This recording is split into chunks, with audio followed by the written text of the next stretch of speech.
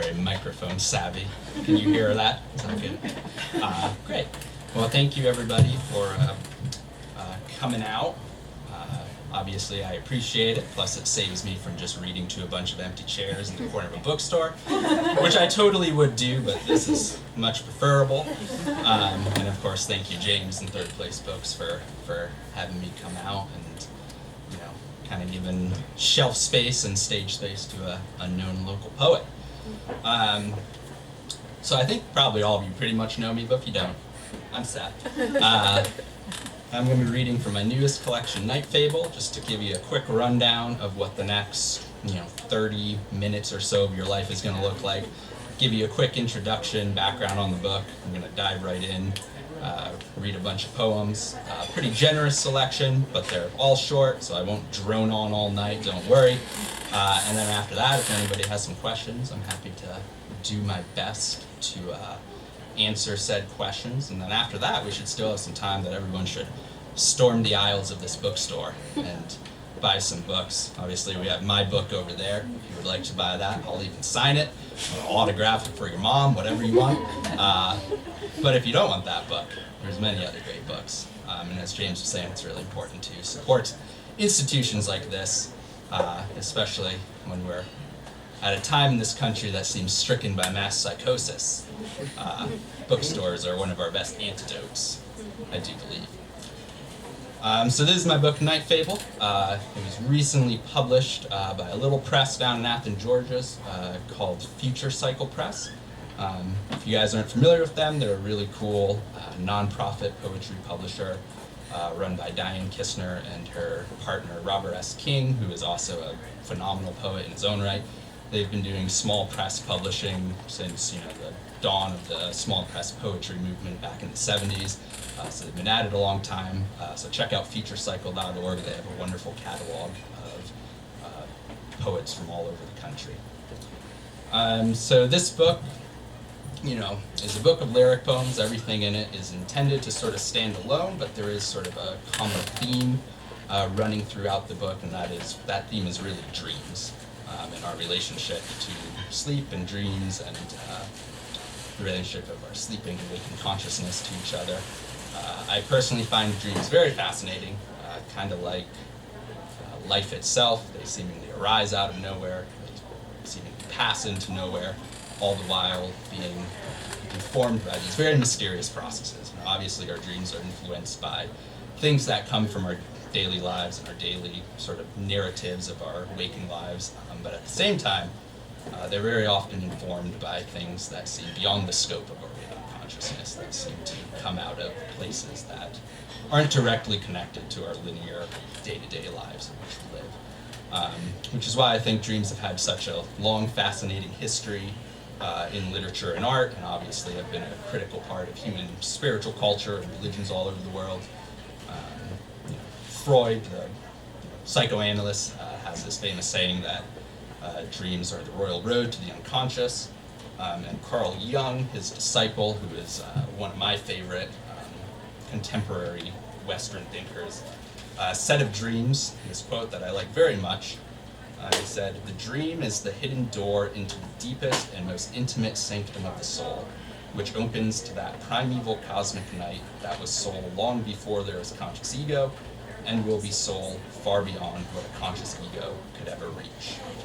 So it's kind of with those sort of ideas serving as the background hum of these poems that I am going to dive into the book, Explorers. To critique reason, I want to find the one small door the heart believes in, the aperture between worlds. I want to enter it as one would a cavern after dark, dim light, gentle fear, a sense of deep beginnings. So that's the first poem of the book. And this next one sort of dives right into that, introducing these themes of this book. It's called Falling Asleep.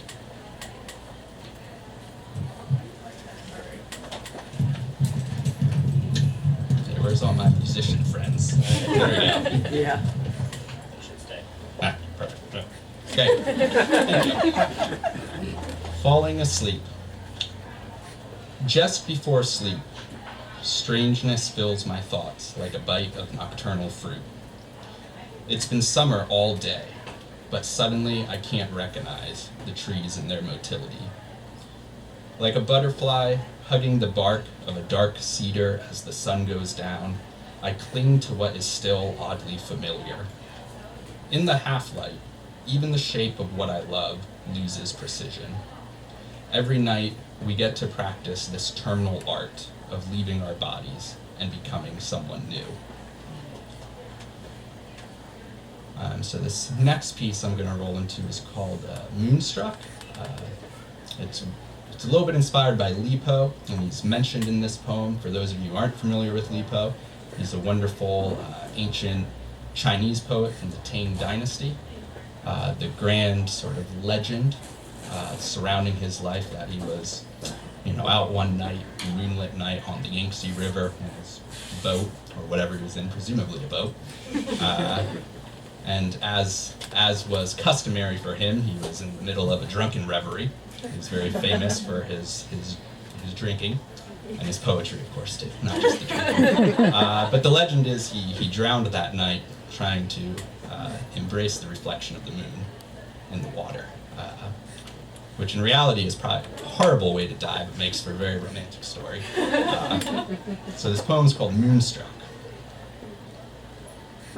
The body like cedar dust, the soul mastering an aeronautics, passing through the slim door reflected in the water, or disentangling from the flesh to alight on the small flowers of the other world. Our lives are simultaneous with that one, and we dance in the two-footed darkness, straddling the forgetful banks of sleep and small thinking. To remember, the one mantra we must recall. To name again the logic-shattering death that rips us roots upwards from the earth, like love or moldering, like the bright reflection that drew Li Po into the moonstruck sky beneath the Yangtze River.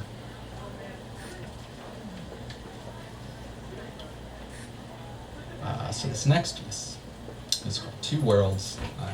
It's kind of a little bit influenced by this. I don't know if any of you have experienced in your life where your dreams or your waking life seem to influence each other and infiltrate each other, a form of synchronicity. Perhaps the bird song that your sleeping body hears gets translated into some sort of symphony in your dreams, or even more interestingly, something you experience in a dream then plays itself out in your real life upon waking in some strange way. And so this poem a little bit influenced by that occurrence. It's called Two Worlds. Cumulus, two mares splitting the night with their warm nostrils, the moon like someone's large inheritance lost outside the window. Ebb of darkness, blared horizon, death's small Kasaya and the neglected plot. Round about in the gentle dreamscape, the aeronaut tumbles through the flowers, searching for a sign. The mother of someone he's not sure exists follows him until he wakes. In the morning, he finds birds composing near his bedstand. While he slept, their sound entered his dreams as a mountain's distant singing, a waterfall's voice, a lovesick phantom, the small thump of a cardinal's heart, which in the strange dark of almost waking, whistled through his head like a peacetime air raid, like a massive stroke of light.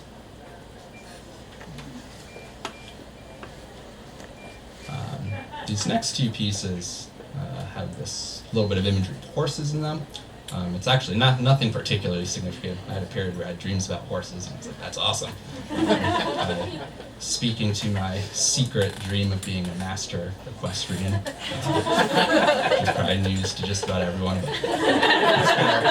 But so this first one's called Horse Valley Nocturne. Clouds black as someone's passing out. Birds like skeleton keys unlocking the sky. Bulb-lit pages buzzing with text and codas. Whiffing the luminous, I trail my heartache down to the river's glass dominion. I catch fish in the stone's small pools. Watch dragonflies skirt like blue storms over the rifts and hedges. I want no more stories that do not lift me deeper towards the earth. No more angels unless they're black and full of worms. The fireflies are like living sparks in the mind of matter. I catch one thought in my hand and follow another to some haunted oak wood. There, they string the leaves like tiny ranges gas ovening the night. Death is like this, the barely noticed breath of the other world permeating your lungs while you sleep. In your dreams, it appears as perfect summer clouds drifting over, as someone's lost mare nudging your face, delicate and cream white, her soft fur all you cling to.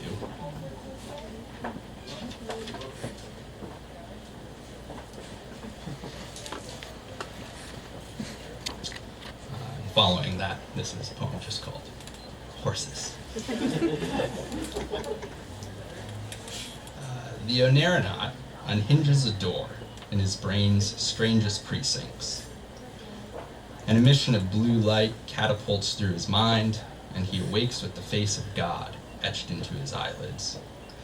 No one will believe there are waterfalls from another world that submerge his heart in sleep, that there are birds with stained glass plumes singing in his pupils. The horses of his quietest secrets roam the darkened field, and not only do they really exist, but he leads them, night after night, to stables of honey and gold.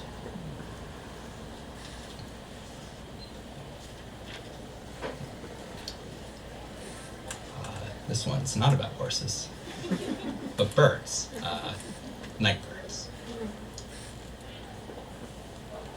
His cartographies end just at the edge of waking. He can map the amorphous shapes, liquefied shorelines, pint-sized houses of his sleep. But when morning nudges at his hand, his compass breaks into bits of disassembled light. He fears citizenship among the solid dynamos, the world of manufactured forms. Every evening, he waits for the collando of night-singing birds over the horizon. They pass through him like a superstition. He never recovers from his sense of awe.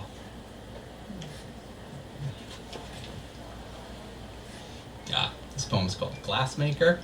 And it's a little bit sort of exploring this idea that these processes of falling asleep and waking up and these cycles we go through day in, day out are intimately connected to the cycles of being born and dying and then presumably being reborn or going on in some form, however that works, whatever those mechanics are.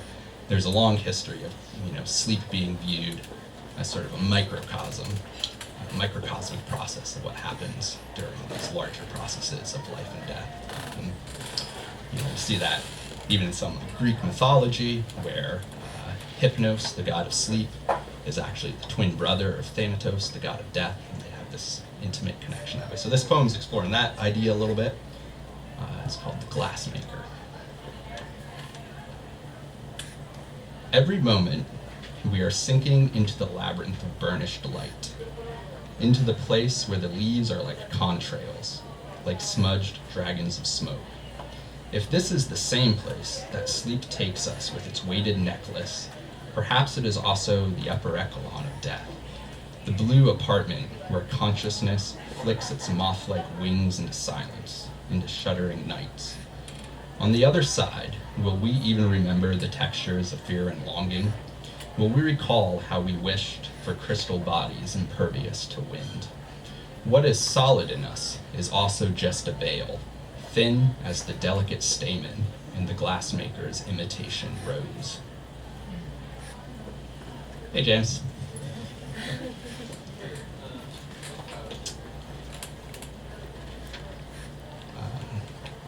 Chug on here. This poem is called Populating the Dark.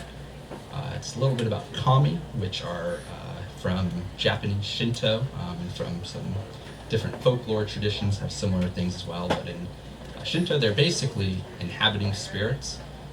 They're often nature spirits, often they're ancestral spirits. Sometimes they are spirits inhabiting everyday objects and animate objects, even spirits that inhabit dreams.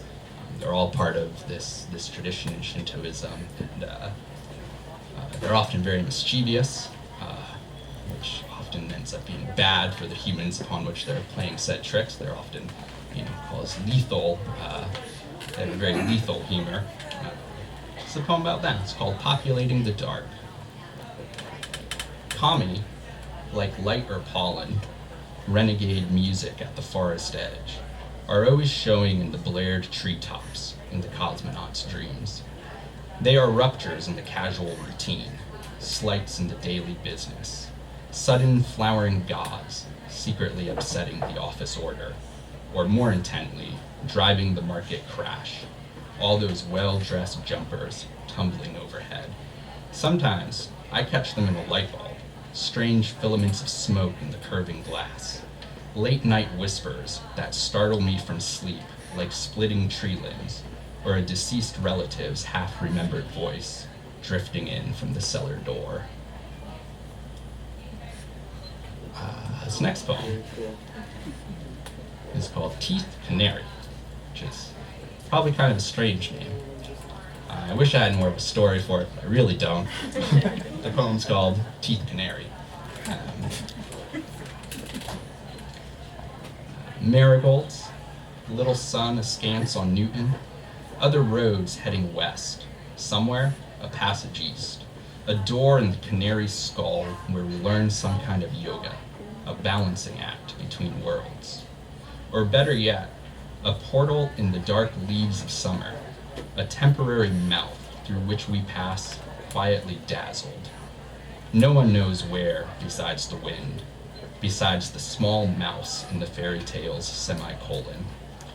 The heart has this way with things. It transforms, magifies. We are so pinned up in our logic, we forget it was the heart's invention. Old codex tried on the long, mysterious grass. Unneeded now, I'll take the blue-notched stars with their flaming centers, the dissolving bones in the sea's arched chalice, the little whispering friend who can cross the dangerous threshold, thin as a cricket's tooth. That poem does make the assumption that crickets have teeth, which I cannot verify. Poetic license.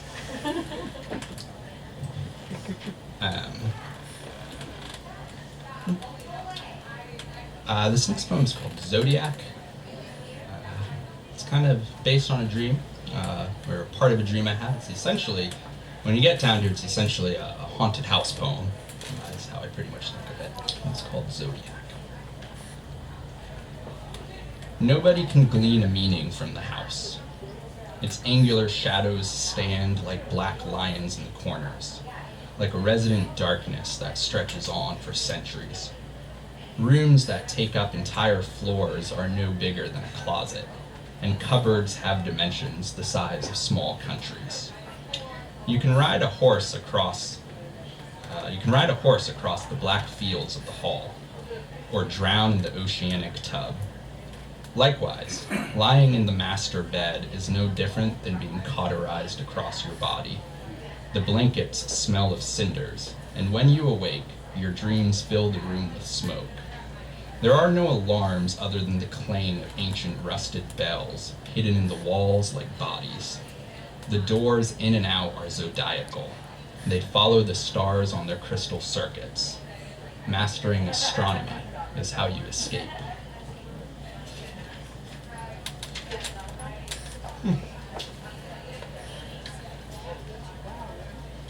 So this book kind of was intended to follow a sort of broad arc, where the first part of the book was, falling asleep and exploring the dreaming world, and then as you get towards the center, it starts following the process of waking up, and then back into the world of natural forms, which we all inhabit, and becomes more nature-based poems and poems dealing with this world that we share.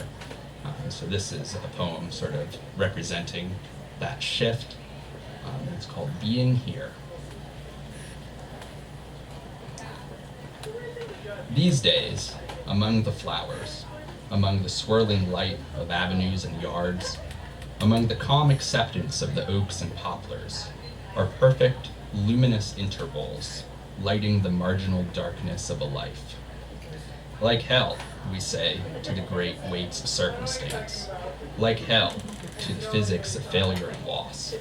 Summer days filled up with something romantically simple, longing in absolution, loving the inescapable, clouds forming shadows on the neighbor's lawn.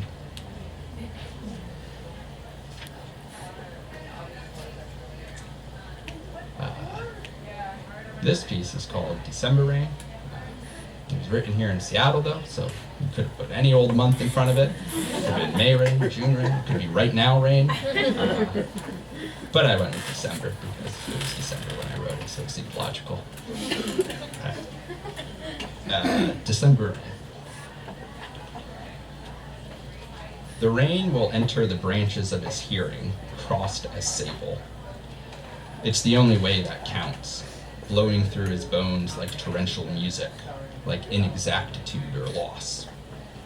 Outside his window, the black-eyed Susans sustain and replicate the light. They are bigger than his most astounding wealth, than any feat his singular mind can abate or conjure. The beauty is that after the rain and the sudden slickness, it all goes on like nothing. The bellowing clouds just keep on drifting, just keep passing overhead. When he holds to his chest his shaking, rain-soaked fingers, the entire zodiac can be heard with its dozen star-shaped gears.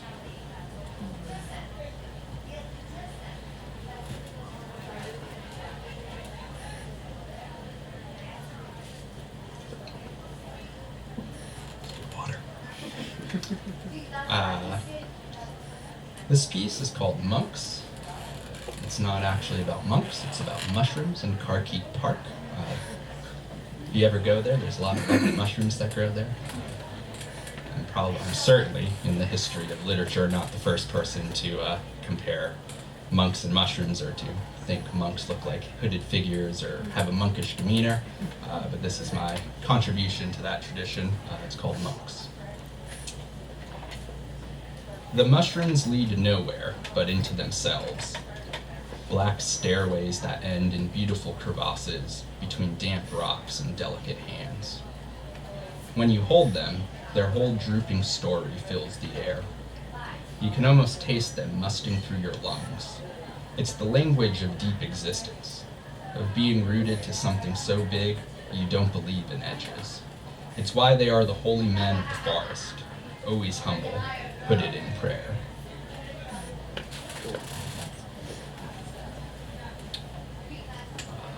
I've got too many more here, don't worry. But this one's called Nectar. Nectar.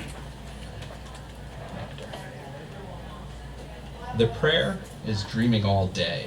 It is a butterfly coasting the black stone and entering the sky.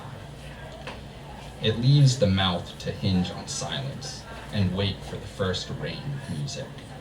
How softly it hovers, like something almost said, like a hesitation, a longing never embodied. Even among the flourish of carnations, it is barely a light, barely a shine or color. The prayer opposes everything we stand for by simply being prayer. It is like the stream of invisible nectar from which the gathering bees craft their wild gold.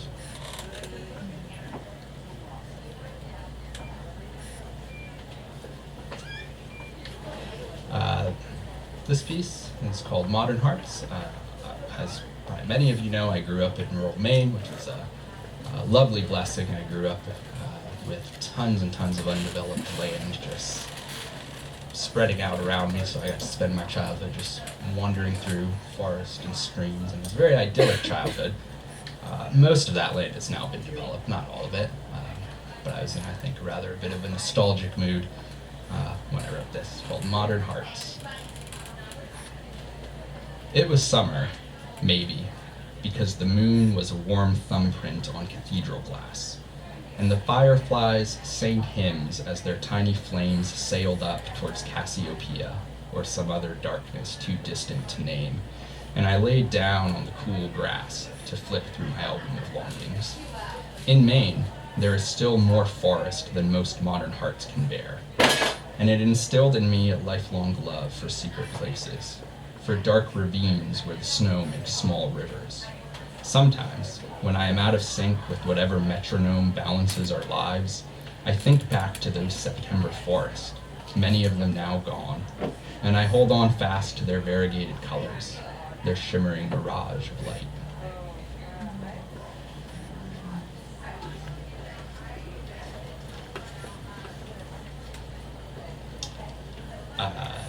This piece is called Unexpected Guest.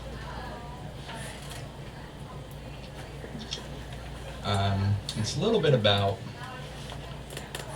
those moments, we kind of all, I mean not all of us, I know it's true for me, but a lot of us, when we kind of walk around victims of these obsessive narratives, our sort of small lives we live in, small stories we tell ourselves. But once in a while, you have experiences that, blow that away for the very often trivial thing that it is, and you get to experience a much more sort of, we had never known ourselves spacious, so happy, or unexpected guest. But our house had no walls, and the wind had already overturned everything at the table. The wine could play no tricks on such lucid company, and I was no longer afraid to let the narrative of my defeats fall to pieces. I was simply happy to be alive.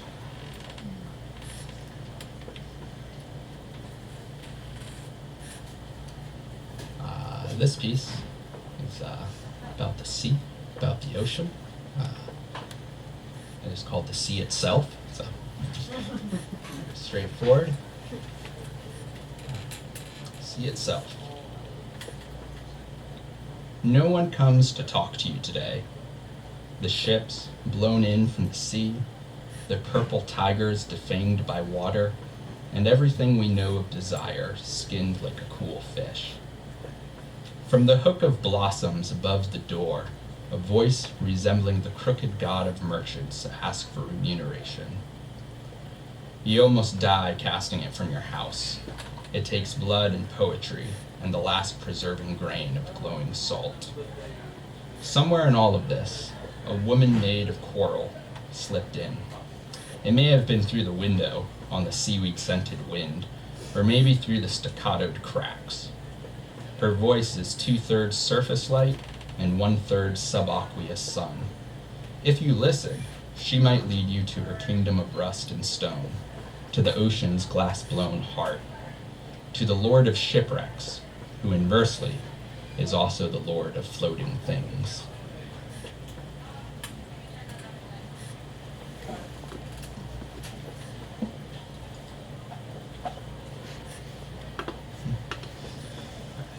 A few more here for you tonight. This next one's called The Whales. Also, it was based on a dream I had. It kind of ties into that poem a couple poems ago, Unexpected Guest, that experience of coming up against humbling forces and things that are beyond our understanding that kind of help put you into a larger perspective. We're a very human-centric society, and we forget just how many other intelligences exist in the world, how many forces beyond that exist. It's a little bit about a dream I had encountering one such force. It's called The Whales. I don't remember exactly, but I dreamed of a wharf where something greater than ourselves washed in from the sea. Everything we touch refers back to us. We don't believe in anything. But that sea was so immense, and our silhouettes so small, that it seemed an undeniable rebuke. I want only to know the shape of great things coming in from the horizon. I want only to be told I barely matter. I think wrapping up the little ocean interlude I just had, this poem called Sea Glass. Sometimes, the moon of this world comes down to incite your dreams. It's a fire that knows no limits, enlarging in your head like a rage or vision, like a small silver thimble, spilling oceans, magnitudes of light. It burns off the day as one or two dropping tree limbs, shattering misconceptions, leaving you a stranger to yourself, cradled in sleep. Sometimes, the moon of this world is a totem we carry with us, an assurance that when the time is right, there will be a passage, a conduit home. Sometimes it is simply a flame going wild in your heart, in the sky, in your hands where it becomes a million shining vigils, a trove of weathered glass.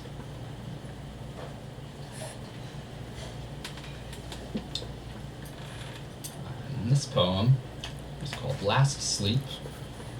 I was talking earlier about how I grew up in this wonderful forest, many of which are now gone. I had this very idyllic childhood, to just wander around the woods of Maine, other than the one when I had to go to school, which was a bummer. But outside of that, a lot of time in the woods. And at least as far as my memory serves me, I had some quite marvelous experiences encountering, what I can only think of as mythical beings. But this is a thing I say when people don't believe, which is fine. But this is a little bit of poem about that. It's called Last Sleep. Suddenly, I am no one. Evening fills its brass jars with Icarus grass, and the sadness that made the moon a cold stone instead of an angel floats down to ruin even this one good night. It's not that the logician doesn't hold the key to certain things, but I remember when I came upon bent stalks in the forest. They shined with the unicorn's last sleep, and I traveled on, looking for its radiant trail. You convinced me it wasn't there, was never there, and I still walk around, carrying that irreparable darkness, that hole in my reason where the continuum of ancient things once held us closely to the rabbit-colored earth.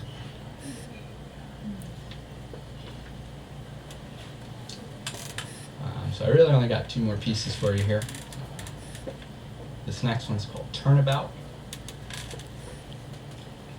And it's a little bit about our ability to resist the sort of automatic impulses of which we're all here to. I think especially now we live in a society where everything's very reactionary. So there's a little bit of poem about our ability to step back and push back against those internal forces. In this case, it's talking a little bit about the force of violence or the force of the call of war. And so it's a poem vaguely about that. It's called Turnabout. You park the car in a place where the headlights are overwhelmed by darkness, where the radio fades into the migrant static, the negating air. Mars moves into the rear view mirror like some creature of the night with its one red eye. You don't believe in war, but your blood recognizes the call and pounds inside you. All around, the lilacs fill your breathing, barely perceptible, in-breath and out. You don't have to be anything for anyone, not even the gods. The field breaks open like a heart.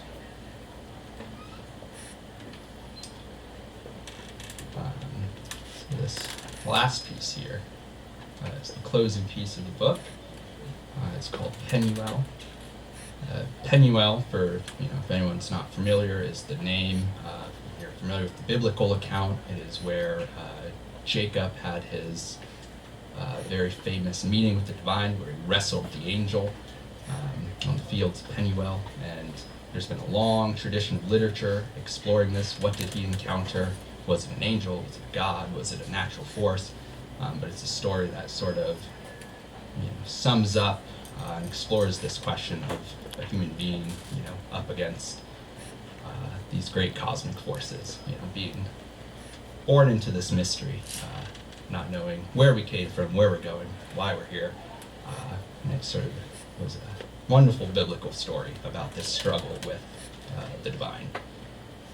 So this is a poem speculating a bit on those forces. It's called Penuel. Although there are no absolutes, a blue wing once settled in a green valley, and it was unmistakably beautiful. I don't know what it was, because it was gone before the taxonomist could name it. Bird or insect? Perhaps a mirage of rushing light. It set down like snow, and for a moment the middle air was wondrously alive with grace and altercation. So those are the poems. I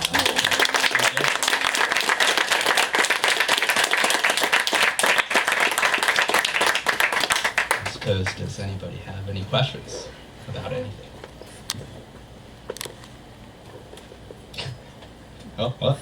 We're going 1, 2, 3. Kaylee? Okay. The imagery, I really love the imagery in one of the early middle poems about not images, the right word. The heart creating logic. Was that an idea that came to you, or is it connected to something else, or where is that kind of come from? Yeah, that's a good question. Certainly I think in my own personal experience, I feel that book down. We live certainly in a world that's founded upon the tenets of scientific materialism, and we think the brain and the logic and all these things are the predominant ways of perceiving the world and perceiving truth. But sadly, I don't think that's true. Not sadly, it's a good thing. I don't think it's sad that we have such, I think, misperceptions about the world. And, in many traditions outside of, particularly out of the Western scientific materialist tradition, the heart and the sort of intuitive feeling sense that we often associate with that is dominant. Certainly in Buddhism, it's actually thought even logic and thinking actually comes from the heart, and that the brain is really just a weird little processing organ, and that the heart is actually the source of the majority of human experience and the way we sense things. That it's really a grand mistake that we put such an emphasis on our sort of linear, logical mode of being when something as simple as a nightly dream throws that whole vision of the world out the window, that we like to disregard it and pretend it doesn't. Yeah. I was gonna say, I really appreciate the structure in this collection. I was kind of wondering, just the theme, tying it all together and how it goes from sleeping to waking. And I was wondering if your other collections have similar, major themes to them. As a whole, not so much. We did have a chapbook come out recently called The Wet Season, which was really a lot of the nature poems that I didn't include in this book ended up in that collection. And even this, I don't really ever set out with a theme in mind, but themes sometimes, especially in this case, as I was writing the poems, this theme emerged. I was doing a lot of dream work at the time. I was writing these poems, I was recording my dreams and studying them, meditating on them, doing some various practices from different religious traditions. And then there's some great sort of practices to induce lucid dreaming and awareness dreaming and things like this. And a couple different traditions, some Christian mystic traditions that do it. Tibetan Buddhism has dream yoga as a way to further explore this other reality of which we all sink into every night and often disregard. So because I was doing all that sort of stuff internally, the poems tended to reflect that. And before I knew it, I was like, there's the theme. Great. Where did you have a question? I was just interested in your history as a poet, when you started writing and just sort of how it all came about. Totally. I've been writing for a long time. My mom actually still has my first poems from the 4th grade. I am happy to say, unlike my drawing abilities and stuff like that, my writing abilities have improved. It was just a thing I sort of started doing. I was very fortunate, I had the early inkling to write, and I was very fortunate, I went to a tiny, tiny school in rural Maine. It was one of those things where it was I grew up with the same 14 kids from first grade to 12th grade, super tiny school. And one of the benefits of that was I had some really excellent teachers, and they could really, personalize an education experience. It wasn't just this, put you through the gauntlet. And so I had some wonderful teachers who, were like buying me poetry books and like encouraging this writing habit. So, I think largely thanks to them and sort of my parents, I actually kept doing it beyond the 4th grade regularly. And I've done it ever since.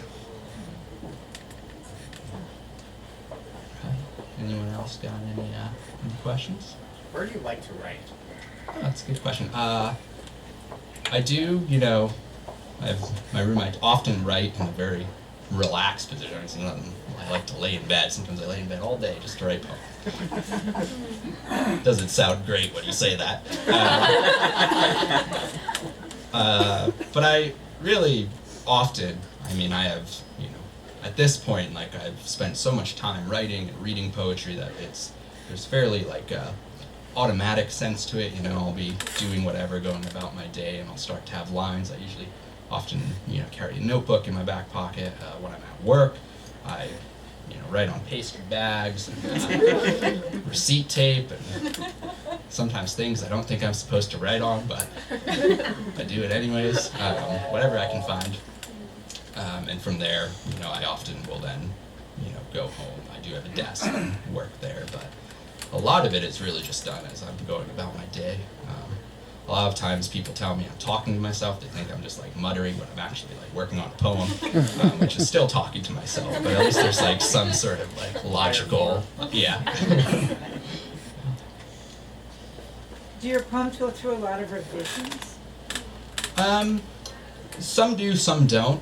I do have a process I always do, which is, there's often the beginnings of the poem on a scrap of paper, and then I have what I call my working notebook, where I, actually will take those scraps and like create a working poem. Then sometimes they're sitting there for a while and I'll go back to them, or I won't finish them, and I've actually gone back to poems like 4 years later. I've come across them and been like, oh, I actually like this, and do some with it. But after the working notebook, I always do a clean copy, so I have another notebook where once I think I have more or less like a draft done, I move it to the clean copy notebook, and make a nice clean copy, and sometimes I do little edits there. And then after that, I type it up, and it usually sits in the clean copy notebook till, I have 20 or 30 pieces or whatever in there, and then I like move them and type them up. Then I usually often do a little revision as I'm typing them, but at that point it's usually nothing too major. So in a way, I suppose it's kind of like a 3-draft system. Some poems get a lot more work than others. Just sort of depends. I certainly go through dry spells where everything gets a lot of work, and I often disregard them. Sometimes you're writing a million drafts and getting nowhere, and then one day it's just like, oh, poem, there we go. And you're mostly writing by hand, it sounds like. Yes, I do all my poetry by hand.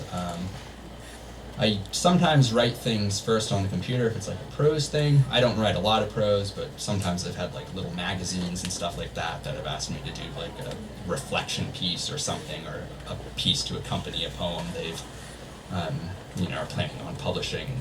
Usually like prose I like do on a computer, but I find, I don't know, maybe it's just an old-fashioned thing, but I find your brain works very differently when you're doing a thing by hand and when you're doing a thing on the computer. And I don't find writing on a computer to be particularly conducive to the sort of things I'm trying to communicate with poetry, as much as if I was doing prose and things like that. I don't know. Any other questions out there?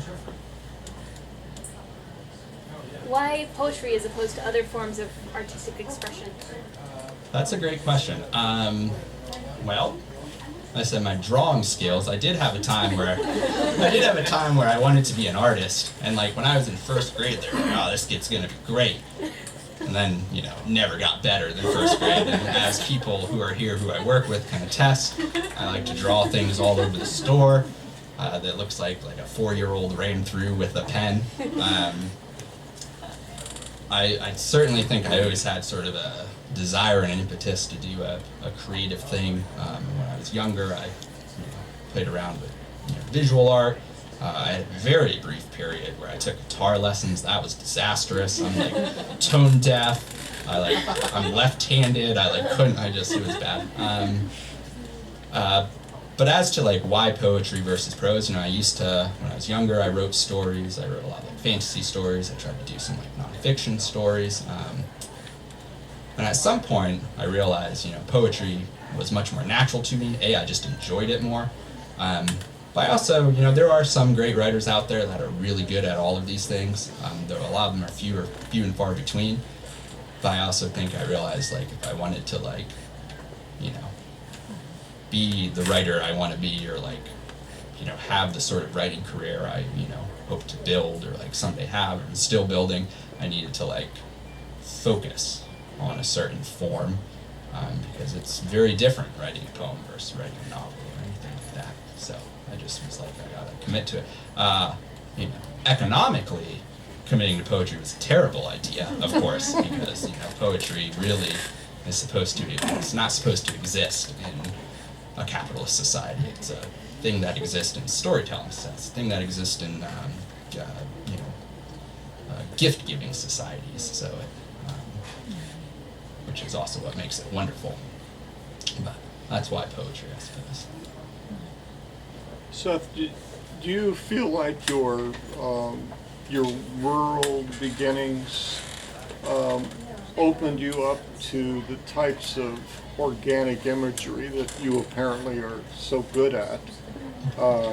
And at what point did you realize that you could keep returning to some of that stimuli and find new ways to express it?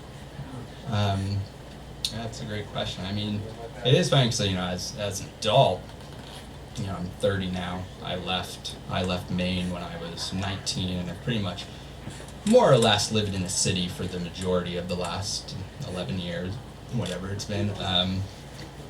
And it is funny that even though I've been living in these urban settings, that my inner life and my sort of inner psychological life is still almost completely informed by natural imagery and my experiences of growing up in a rural place. I suppose we all get imprinted by our sort of early life experiences, and it's an interesting thing. I just sort of naturally come back to these things, even if I'm in the hubbub of a city. It's my mind, I feel is always thinking in terms of the natural world, and it is a great reservoir of imagery and a great reservoir of solace to be able to return to. The poet Rainer Maria Rilke, who I love very much, temples, something along beautiful architecture, the natural world, these forms are basically being destroyed, and it's probably only going to get worse, and that very well might be true. But that, for good human beings and we're good witnesses to the world, we can save all of those structures by maintaining them internally, and we can create internal temples and all these other things so that those images continue to exist and continue to be nourished, so that the world goes into decline, they'll still be carried in the hearts of people until a time of regeneration comes. That's, I think, largely how I feel about the natural world. It's just sort of a thing imprinted deeply in me, and it's a reservoir to which I find, endless inspiration no matter where I am. All right. Any last questions? All right. Well, I really appreciate you all coming out. This sea of lovely people. Hopefully it was enjoyable, not too painful to sit through. There are copies of books over there. If anyone would like to, purchase one, I'm of course happy to sign them, anything like that. Or if you already have copies, of course I'm happy to sign or anything like that. There's also many books here, so we should spread out, and if you have the time or the extra cash, we should support this wonderful institution. before they close up for the night. I think some of us are also going to maybe go grab a beer in the pub downstairs, so if anyone's mulling about, come on down. And thank you.